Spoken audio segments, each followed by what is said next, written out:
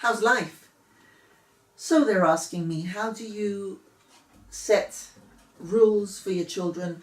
How do you show them what's right and what is not right? How do you implement discipline at home? How do you make your home a place where things are clear? Okay, when I was a little girl, I loved this cartoon where the stork came flying into the zoo and left different animals in the wrong cage. So the hippopotamus would get a giraffe as a baby, the giraffe would get a lion cub, the cow would get a penguin, and it was really funny because you could see that all the animals were really confused. And real parenthood is very much like that. It's not very frequent that you get somebody who's exactly like you. If they're very much like you, you can understand things much more intuitively. But one thing that I usually find very useful is to ask myself, what's the predominant trait in the child so that the parent can understand?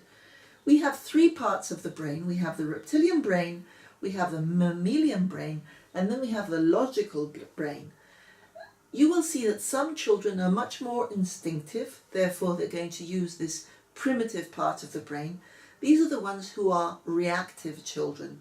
They're jumping up and down, they don't think much, they're sort of doing. And what counts with them is action much more than thought and introspection. No child is one singular part of the brain, and if they are, we have a difficulty that we have to work with. But most children have a predominant behavior at different stages of their life and also according to their character. So with this, for instance, with this reptilian brain, children will react well to prizes and punishment. But that's the only area of the brain that reacts well to that. Usually the rest of the parts of the brain do not react well to prizes and punishment. So we have to keep that in mind. What type of prizes and punishments am I talking about? For example, if a child, when you're having lunch, deliberately picks up a spoon and throws a spoonful of mashed potatoes against your favorite painting in the sitting room, there has to be a consequence. It can't be words, it cannot be reasoning, it has to be something else, and it cannot even be disapproval. There has to be a consequence. One of the consequences you can have is a minute of isolation per year. So if the child is 7 years old, 7 minutes of isolation, with also the talk about how that's very wrong, and also you have to clean it up. So you have action, talking, but mainly action. You see what I mean? What sort of prizes do children get? They pick up their room, so you give them some sort of prize. For instance, that night they can have their favorite dinner or their scrambled eggs or whatever, any favorite food they want, or something very basic, very primitive that we would understand from an animal point of view. This is not an insult to your child, by the way. These are stages of development, and this is a way of communication. Communication is always kind. We all want to be understood. Then we have the monkey part of the brain. What are monkeys like? They are loving, they are jealous, they are naughty, they are mischievous, and they react very well to social input. So they like to be approved of, they like to be cuddled, they like to have a certain amount of status, they like to have power.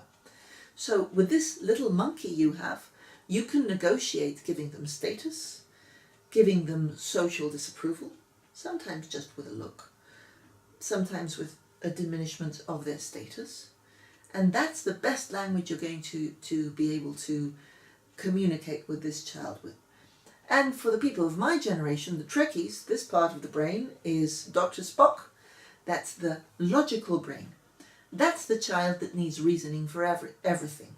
That's the child that hears you need to eat broccoli because it has this green vitamin, and you have to give them all the scientific explanations, or at least the sensible ones, so that they will really understand you need this because that's how the body works. It's not my rule, it's nature's rule. They will not go for any of the others. They will not react to punishment. They will not react to emotional persuasion. They will react to logic. Now, if you want a really marvelous book to talk to your children, go for Between Parent and Child by Ginot. I hope you enjoy it. See you next week.